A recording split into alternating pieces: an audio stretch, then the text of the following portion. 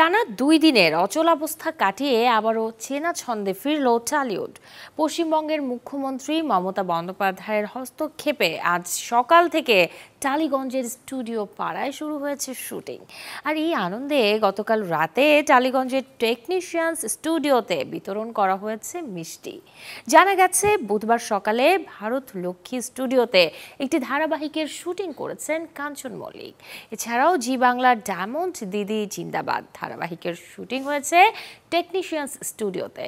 পরিচালক রাহুল মুখোপাধ্যায়কে নিয়ে টলিউডের federation of cine technicians and workers of eastern India ও পরিচালকদের মধ্যে মতপার্থক্যের জেরে গত সোমবার থেকে কার্যত অচল ছিল টলিউড। পরিচালকদের পক্ষ থেকে গৌতম ঘোষ জানান, শুটিং নিয়ে ফেডারেশনের চালু থাকা নিয়মে বদল আনা হচ্ছে।